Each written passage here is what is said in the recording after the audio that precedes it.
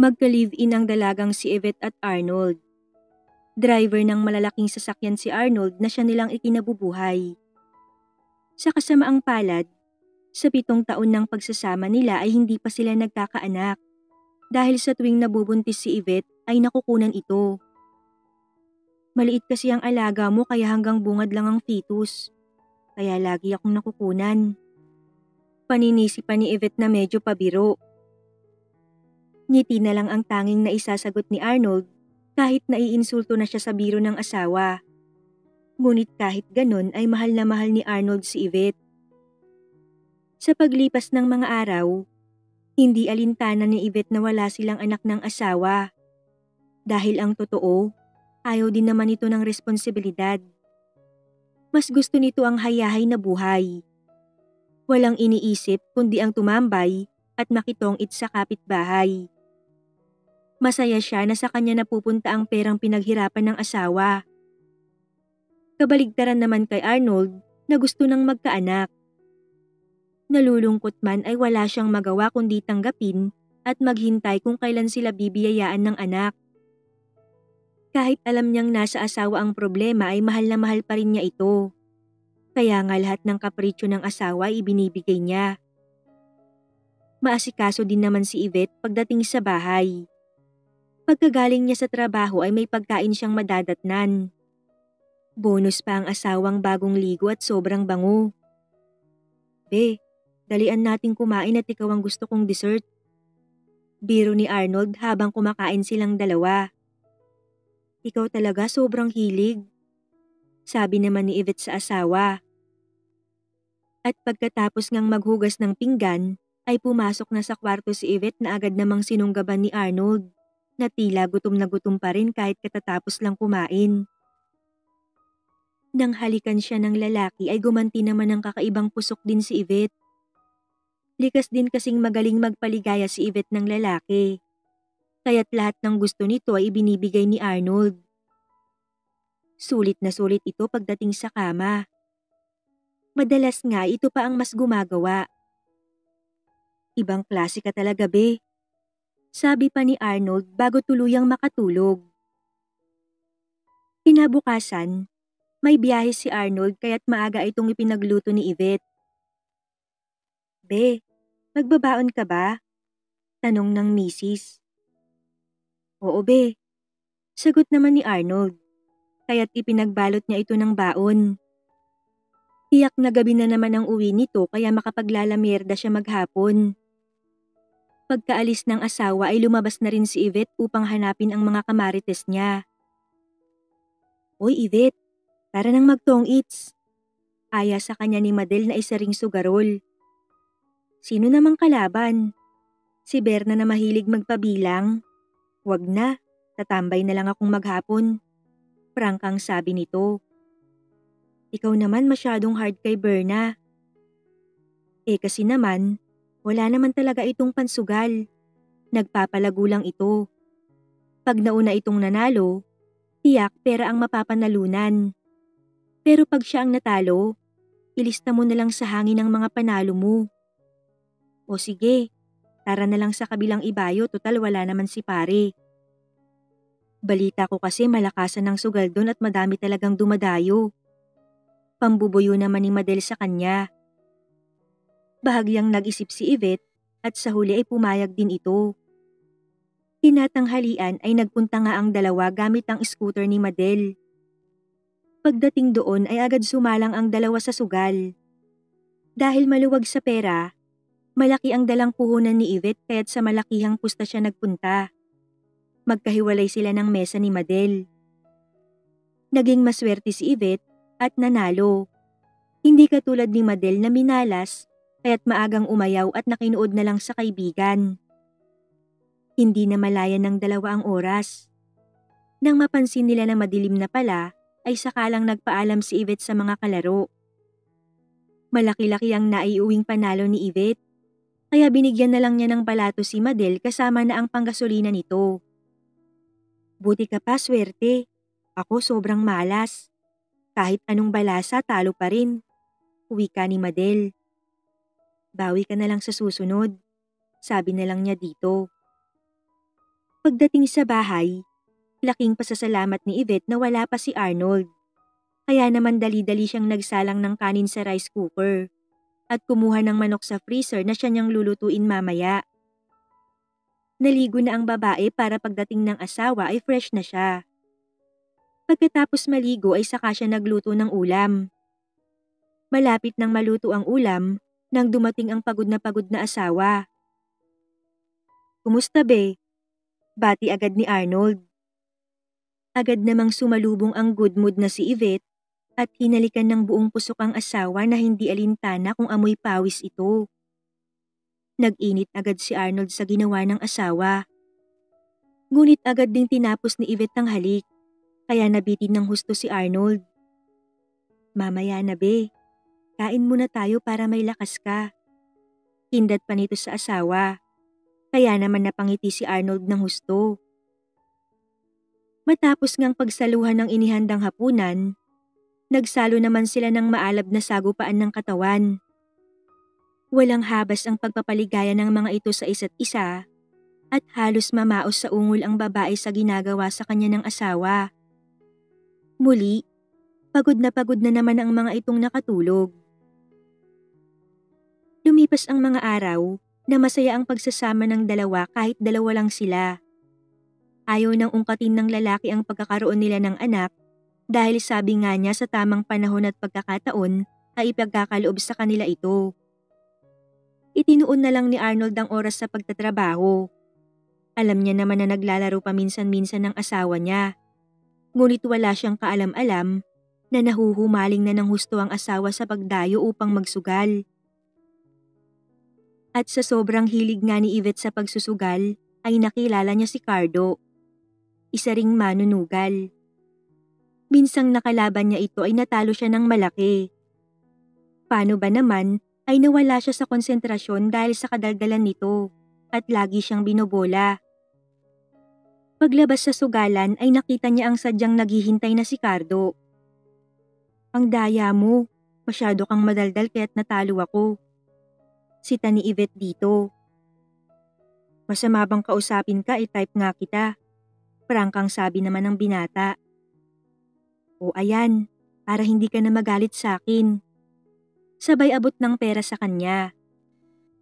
Nahihiyaman ay tinanggap ni Yvette ang pera sapagkat sadyang inilagay ni Cardo yun sa kanyang kamay na may kasamang pagpisil at himas.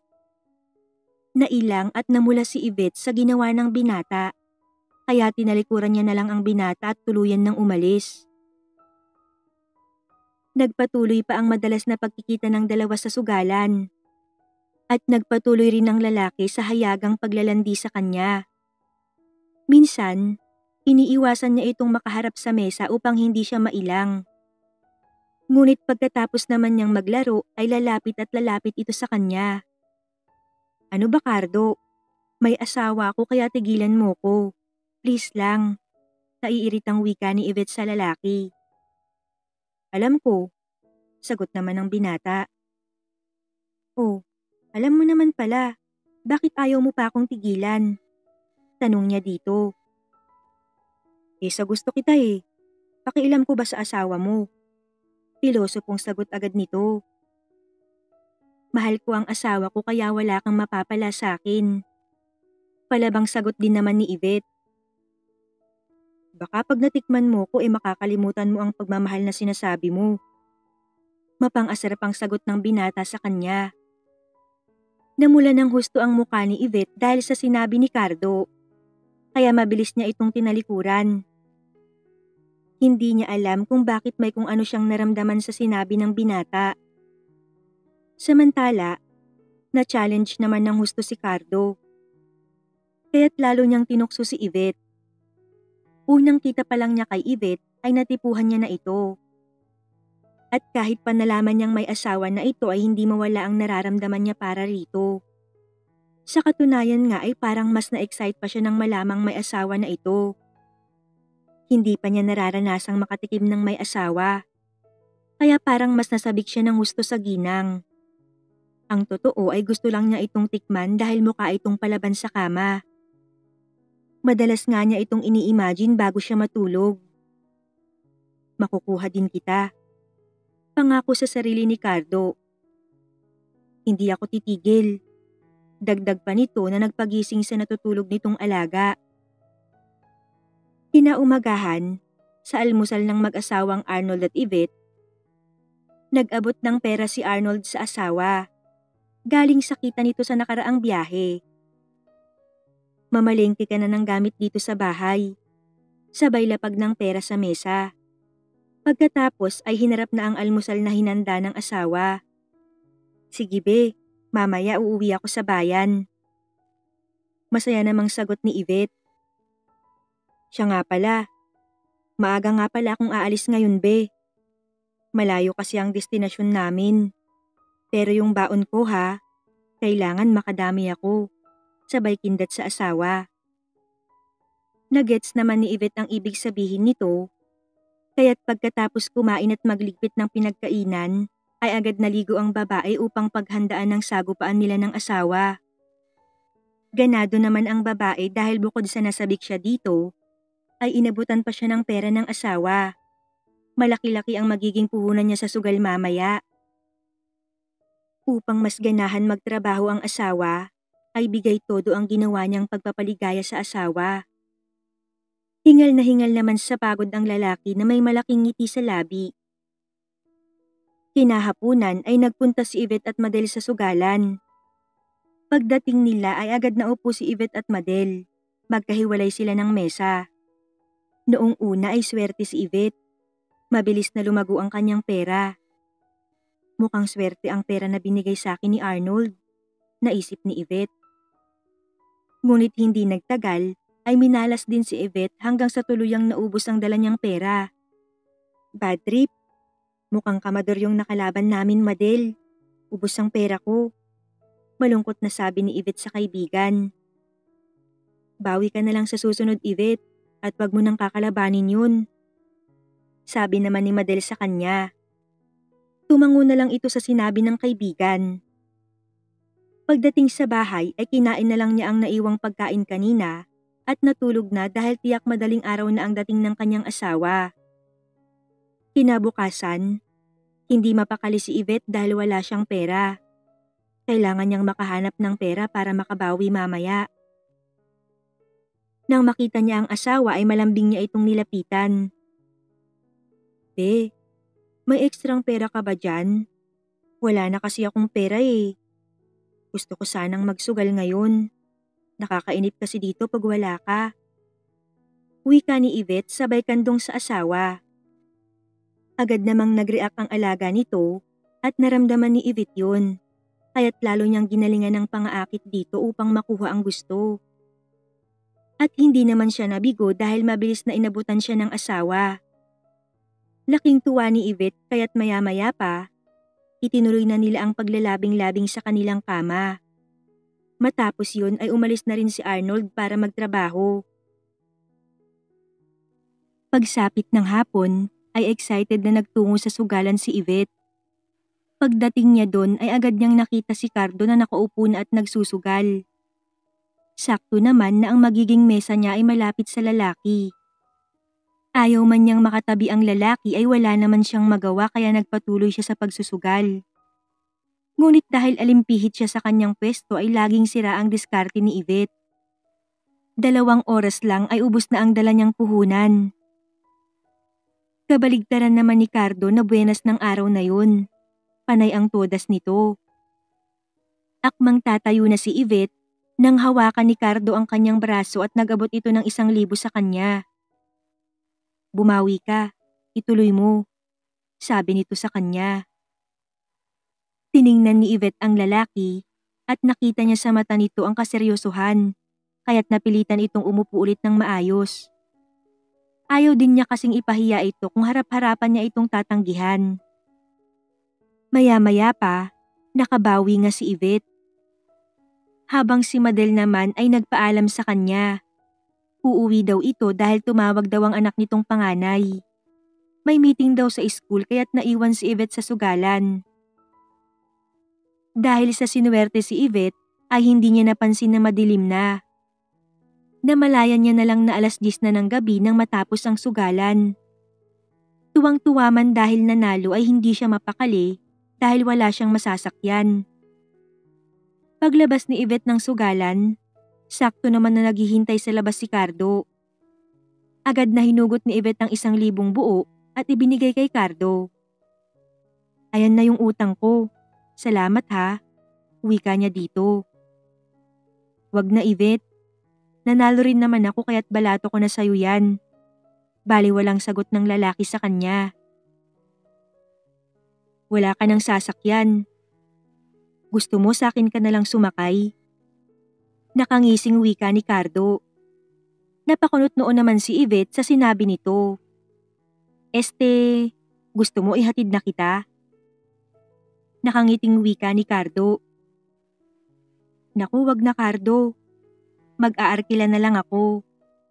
Sagot naman niya dito. Wala ka nang maarkila babes. Masyado ng gabi oh. Kaya halika na bago ka papapaki ng lamok dyan. Gusto ko ako lang ang papapak sa'yo. Hirit muli ng lalaki. Naikinatayo naman ng balahibo ng babae. Batid niyang may katotohanan sa mga biro nito. Napalingon siya sa paligid at batid niya na nagsasabi ng totoo si Cardo. Kaya wala na siyang nagawa at napilitan ng umangkas sa motorsiklo ng binata. Pagdating sa highway, agad na pinatakbo ng mabilis ng lalaki ang motor nito. Kaya't napilitan si Yvette na iyakap ang mga kamay sa katawan nito upang hindi siya malaglag. Napangiti naman ang binata dahil sinadya naman talaga niyang pabilisin ang takbo ng motorsiklo upang madaman niya ang yakap ni Yvette. At hindi nga siya nabigo dahil ramdam na ramdam niya ang malambot na katawan ng babae. Para tuloy gusto ng lalaki na sa bahay niya na ito iuwi. Ngunit ipinagpaliban muna ng binata ang init na nadarama. Saka na, darating din ang tamang oras, sabi nito sa sarili. Sa ngayon, i-enjoyin niya muna ang yakap ng babae mula sa kanyang likuran. Nang malapit na sa bahay nila, agad na pinahinto ni Yvette ang lalaki. Saglit na nagpasalamat, saka walang lingong likod na mabilis na tinungo ang kanilang bahay. Ang lalaki naman ay abot tenga ang ngiti na pinasibat ang sasakyan.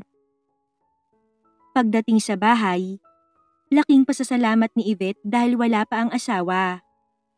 Dali-dali siyang nagtungo sa kwarto, hindi na siya kumain at baka maabutan pa siya ng asawa at magtaka ito. Hindi mahigpit si Arnold sa kanyang pagsusugal. Ngunit ayaw niya itong abusuhin kaya't nangako na hindi na siya gagabihin. Last na yun sabi niya sa sarili. Hindi nga nagtagal ay dumating na si Arnold.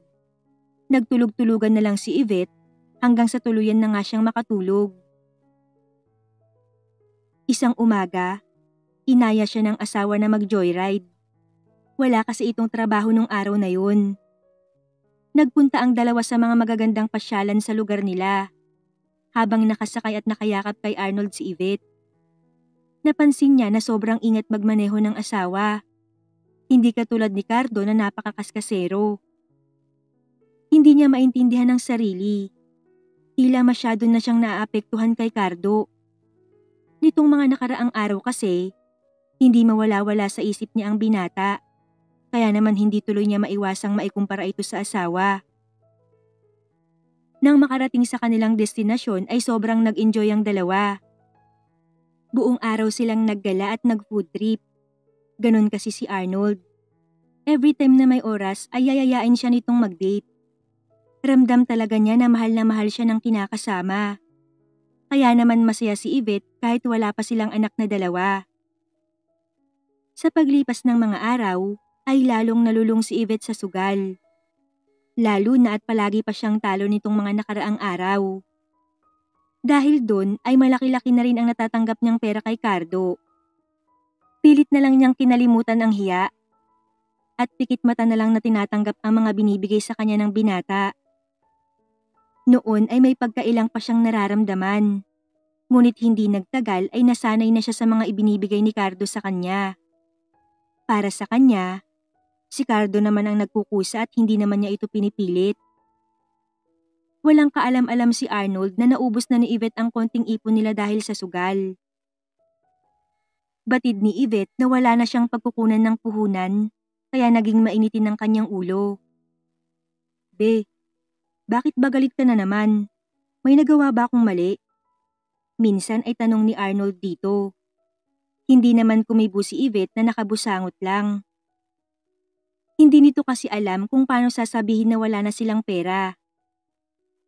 Wala ito, baka rereglahin lang ako. Matabang na sagot ng babae. Ay, diet this na naman pala. Biro na lang ni Arnold upang pagaanin ang sitwasyon, sabay yakap sa asawa. Si Yvette naman ay hindi pa rin mapakali. Nang makaalis ang asawa niya para magtrabaho, kating-kati siyang magsugal. Kaya't dala ang maliit na puhunan, ay nagpunta siyang mag-isa sa sugalan.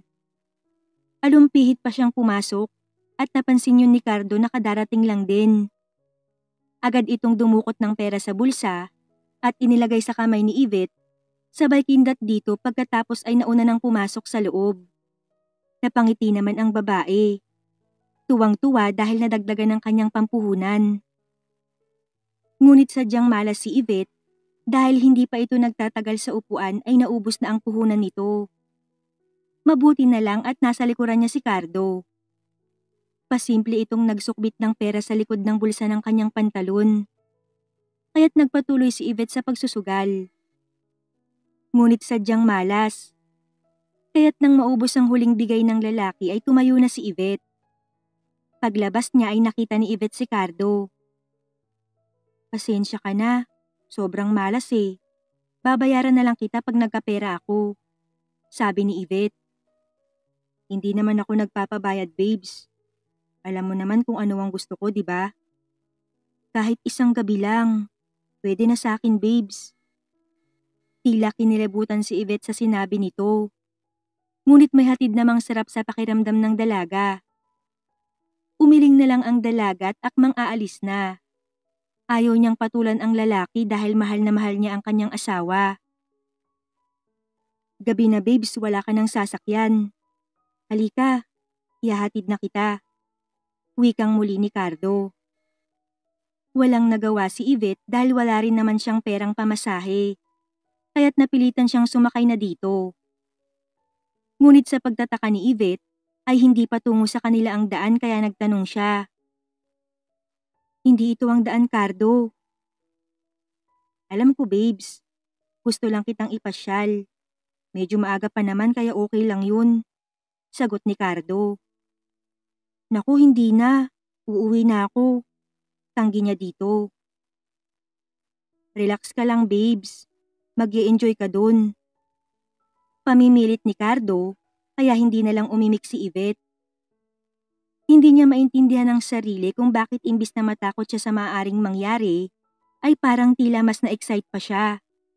Kaya hinayaan na lang niya ang lalaki sa gusto nito. Sa isang farm siya dinala ng binata.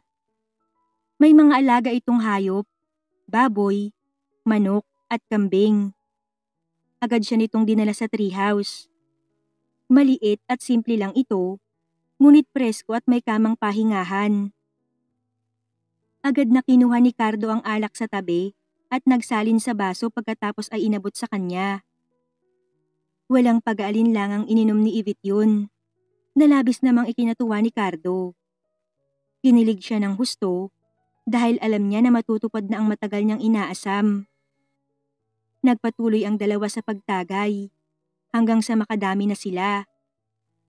Nang mapansin ni Cardo na may tama na ng alak si Yvette, agad niyang nilapitan ang babae. Nanginginig sa pagkasabik niyang sinunggaban ang babae. Dala ng alak sa katawan, ay gumanti din naman ang dalaga ng buong alab. Kaya't ng gabing yun, tuluyan nang nagkasala si Yvette kay Arnold.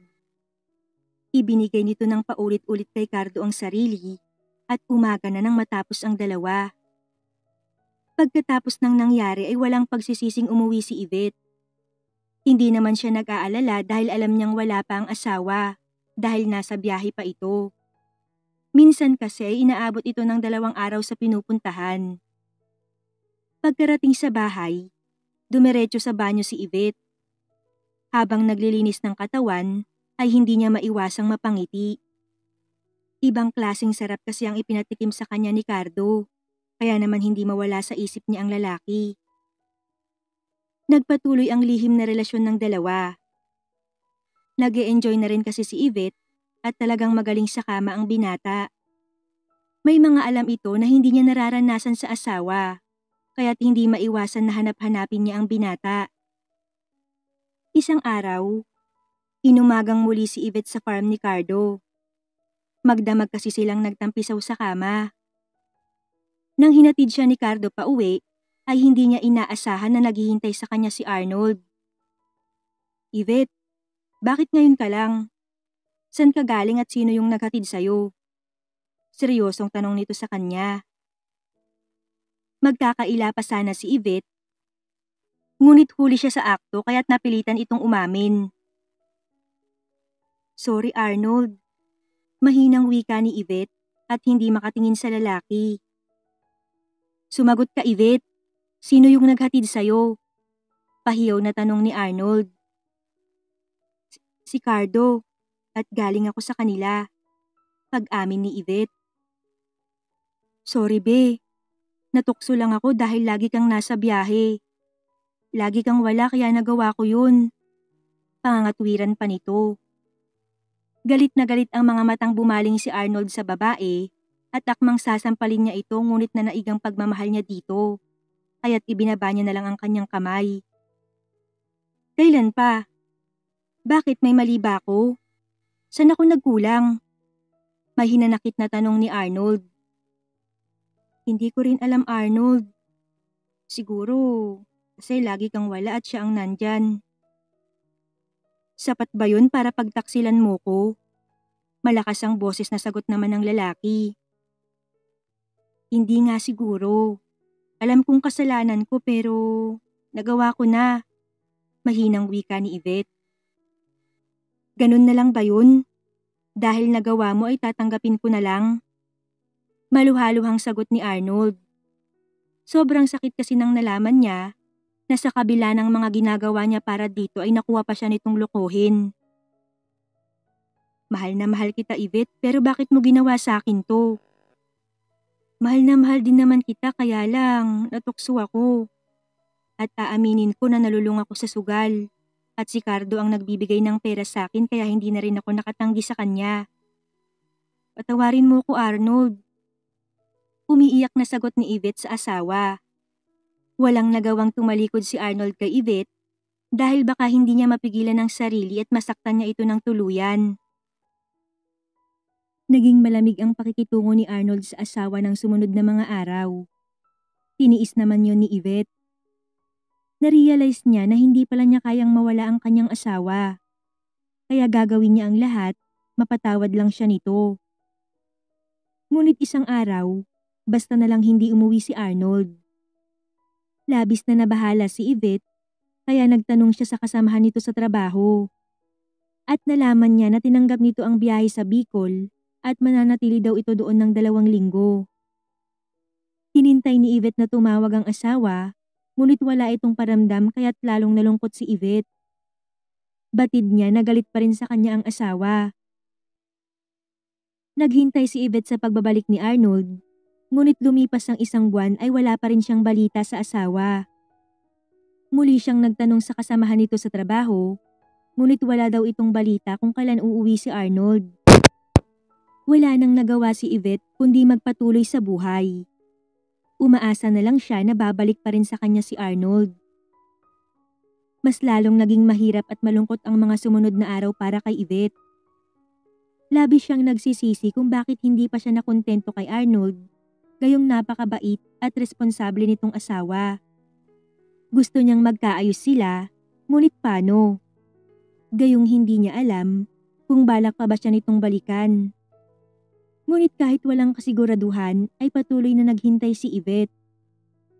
Hanggang isang araw ay nakatanggap siya ng tawag mula kay Cardo. Noong una ay tigas ang pagtanggi niya sa lalaki. Ngunit tuluyan siyang nawala ng pag-asa na babalik pa si Arnold, kaya wala na rin siyang nagawa at napilitan siyang sumama kay Cardo. Sa isip niya, baka nakahanap na ng iba si Arnold, kaya mabuti pang makisama na lang siya kay Cardo. Nagsama ang dalawa sa farm ng lalaki. Sugal, alak, ang naging buhay ng dalawa. Noong una ay nag-enjoy naman si Yvette sa uri ng pamumuhay ni Cardo. Ngunit di nagtagal ay nagsawa rin siya. Nakulangan na siya dahil walang direksyon ang kanilang pagsasama. Alak, sugal at sex lang. Walang plano para sa hinaharap. Hindi katulad noong nagsasama sila ni Arnold. Gusto nilang bumuo ng pamilya at anak na lang ang kulang. Sa mga panahong nawawalan siya ng gana ay naaalala ni Yvette si Arnold at ang kanilang pagsasama. Kung noon ay okay lang sa kanya na walang anak, ngayon naman ay parang may kulang. Siguro kung nagkaanak lang sila ni Arnold ay hindi siya malululong sa sugal. Hindi niya ito magagawang pagtaksilan dahil meron siyang anak na aalagaan. Ngunit huli na. Magsisiman siya ay wala ng Arnold sa buhay niya kaya't patuloy ang mapait niyang kapalaran. Sa pagdaan ng mga araw, hindi namamalayan ni Yvette na 1 taon na pala silang nagsasama ni Cardo. Isang umaga, nakaramdam si Yvette ng labis na pagkahilo at pagsusuka. Agad kinutuban si Yvette na nagdadalang tao siya. Dahil ganun ang nararamdaman niya tuwing nabubuntis siya. Ikinatuwa ni Yvette ang hinala. Kaya naman masaya niyang hinanap si Cardo. Cardo, mahinala akong buntis ako. Magiging tatay ka na. Masayang balita niya dito. Uminom ka ng gamot. Ayoko pang magkaanak. Labis na ikinabigla ni Yvette ang sinabi ni Cardo. Nasaktan siya ng husto dahil wala pala itong planong magkapamilya. Anak natin to kaya bubuhayin ko siya. Matapang namang sagot ni Yvette sa lalaki. Ngayon pa lang ay naaawa na siya sa magiging anak dahil walang kwenta ang magiging ama nito. Wala nang nagawa si Cardo at pinabayaan na lang siya sa kanyang pasya. Dahil nga ilang beses nang nakunan ay naging maingat si Yvette. Ngunit sadyang malupit ang kapalaran sa kanya. Dahil hindi sinasadyang na out of balance siya at malakas na napaupo sa sahig. Dahil doon ay mabilis na umagos ang dugo sa kanyang binti, na labis na ikinatakot ni Yvette hanggang sa tuluyan na siyang mawalan ng malay. Paggising niya ay wala na ang bata sa sinapupunan niya, kaya halos magwala si Yvette sa labis na paghihinagpis. Samantala, si Cardo naman ay binaliwala lang ang nangyari sa kinakasama. Doon na pagtanto ni Yvette ang pagkakamali sa pagpatol dito. Wala pala talaga itong plano sa buhay. Gusto lang ay puro sarap at ayaw ng responsibilidad. Kaya naman paglabas niya ng ospital at nang umayos ang pakiramdam niya ay tuluyang nagpaalam si Yvette kay Cardo. Cardo, aalis na ako sa poder mo. Salamat sa lahat. Paalam niya dito. Ayaw din naman kasi niyang umalis lang ng walang paalam at may pinagsamahan din naman sila nito. Baliwala lang na tumango ang lalaki.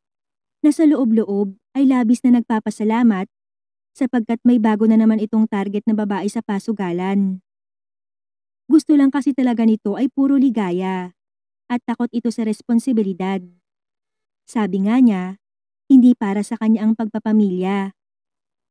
Pagkaalis ni Yvette sa poder ni Cardo, tumuloy siya sa isang maliit na paupahang bahay. Doon niya balak magsimula. Natanggap naman siyang tindera sa damitan sa kabayanan, kaya't may pangrenta siya ng bahay. Doon, naisip lahat ni Yvette ang mga perang nalustay niya sa sugal.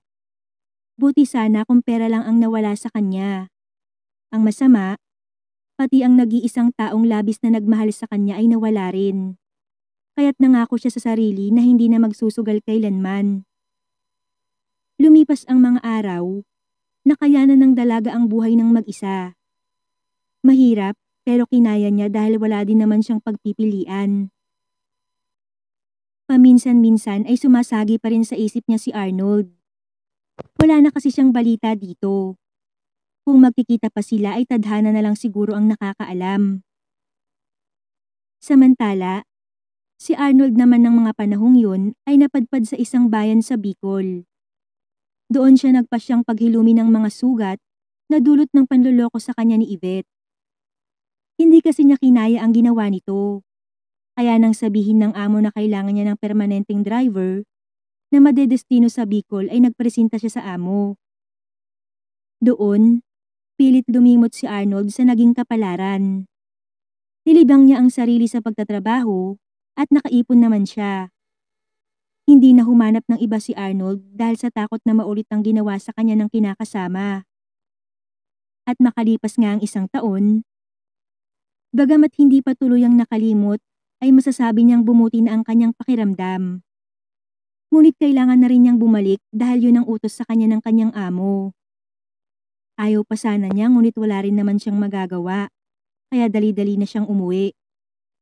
Dumiretso sa bahay nila dahil wala naman siyang ibang matutuluyan. Sa pagtataka niya ay sarado ang bahay na tila walang tao. Padumi ang paligid. Nang buksan niya ang pinto, ay lumangit-ngit pa ito na tanda ng matagal itong hindi nabubuksan. Doon tumambad sa lalaki ang bahay na puno ng alikabok at madaming agiw. Doon niya napagtanto na matagal nang walang nakatira sa bahay nila. Nalungkot si Arnold sa nalaman. Tuluyan na palang iniwan ni Yvette ang kanilang bahay. Siguro sumama na ito sa lalaking nakilala niya sa sugalan. Sabi pa niya sa sarili. Nang maibaba ang mga gamit, nagumpisang linisin ni Arnold ang bahay. Natigil lang siya nang may magsalita sa labas, kaya lumabas siya upang malaman kung sino yun. Aba Arnold, dumating ka na pala. Oo, kadarating ko lang Madel. Kumusta ba? Tanong niya rito. Okay naman Arnold. Ikaw kumusta? Ang tagal mo ring nawala. Nainip tuloy sa paghihintay sa'yo si Yvette. Alam ko naman na malaki ang kasalanan niya. Pero nakita ko rin naman ang labis na pagsisisi ni Yvette. Pero bakit mo naman siya iniwan ng walang paalam? Ayan tuloy. Napilitan na ring lisanin itong bahay niyo makalipas ang 2 paghihintay sa'yo. Hindi kumibo si Arnold. May naramdaman ding awa kay Yvette. O siya, sige. Aalis na ako Arnold. Sana magkita pa kayo ni Yvette. Baka sakaling magkaayos pa kayo. Alam ko naman na mahal niyo ang isa't isa. Sinubok lang kayo ng tadhana. Aminin mo man o hindi, kulang ka rin kasi ng oras sa kanya. Wala pa naman kayong anak pero sobra-sobra ka sa pagtatrabaho. Napabayaan mo tuloy siya bilang asawa mo. Ando na tayo na mali ang ginawa niya. Pero sana naiwasan kung lagi kanyang kasama. Doon napaisip si Arnold. Batid kasi niya na may punto si Madel sa sinabi. Isang araw, hindi sinasadyang nagkita si Yvette at Arnold sa pwesto kung saan nagtatrabaho ang babae. Nagkabiglaan pa ang dalawa sa tagal ng hindi nila pagkikita. Arnold, ikaw pala. Mahinang sambit niya dito. Dito ka pala nagtatrabaho, Yvette? Kumusta ka? Tanong nito sa dalaga. Okay naman. Medyo nalilibang magtrabaho. Nahihiyang sabi ng dalaga dito. Ano nga pala ang hanap mo? Wala sa sariling tanong ni Yvette dito. Ikaw. Natatawang biro naman ni Arnold. Namula ng husto si Yvette sa biro ng lalaki. San ka pala umuuwi? Baliwalang tanong ni Arnold. Diyan lang sa malapit. Nauutal na sagot naman ni Yvette. Hindi alam kung ano ang mararamdaman. Pwede bang dumalaw? Biro pa ulit ni Arnold sa nahihiyang dalaga. Tiningnan ni Yvette ang mukha nito kung nagbibiro lang. Pero batid naman niya ang kaseryosohan sa mukha nito. Talaga ba? Hindi ka nagbibiro? Mahina pang tanong niya dito at tumango naman ang binata. Matapos kasing makabalik ni Arnold ay nakapag-isip-isip siya. At napagdesisyonan niya na gusto niyang mag-umpisa ulit sila ng dating kinakasama. Akala niya ay hindi pa sapat ang 1 taong pagtakas niya kaya halos ayaw pa niyang umuwi. Ngunit nang makabalik siya ay marami siyang na-realize. At isa na doon ay mahal pa rin niya si Yvette at handa siyang tanggapin ito at patawarin. Ang mahalaga, hindi na nila uulitin pa ang mga pagkakamali nila sa nakaraan. Ngayon, magsisimula sila ng may mas maayos na plano sa buhay. Kaya't pagkatapos ng trabaho ng dalaga, hindi pumayag ang binata na hindi ito maihatid at makausap. Yvette, gusto ko sanang mag-umpisa ulit tayo. Patawarin mo sana ako kung iniwan kita. Handa akong kalimutan anuman ang nangyari dati. Ang mahalaga, ang ngayon. At alam ko na kapwa tayo natuto. Mahabang sabi ni Arnold kay Yvette. Labis na natuwa si Yvette sa sinabi ni Arnold. At naluha pa sa kadakilaan ng pagmamahal nito sa kanya. Handa nito ulit siyang tanggapin at patawarin. Kaya't sino siya upang tanggihan ng dating kinakasama. Mahigpit na niyakap ni Yvette si Arnold habang umiiyak. Salamat Arnold sa pagmamahal mo. Oo, magsimula tayong muli. And this time wala nang sukuan. Mahal na mahal kita. Pangako hinding-hindi ko na uulitin ang pagkakamali ko. Lumuluhang wika ni Yvette. Pagkatapos ay sabik na hinalikan nito ang asawa. Pagkatapos nun ay sinimulan ng dalawa ang bagong yugto ng kanilang pagsasama. Huminto na sa trabaho si Yvette at tanging si Arnold na lang ang inasikaso niya. Kung magkakaroon man sila ng anak ay bonus na lang. Dahil para sa kanila, sa tindi ng pinagdaanan nilang pagsubok sa kanilang relasyon, ang mahalaga ay magkasama pa rin sila at masayang nagmamahalan.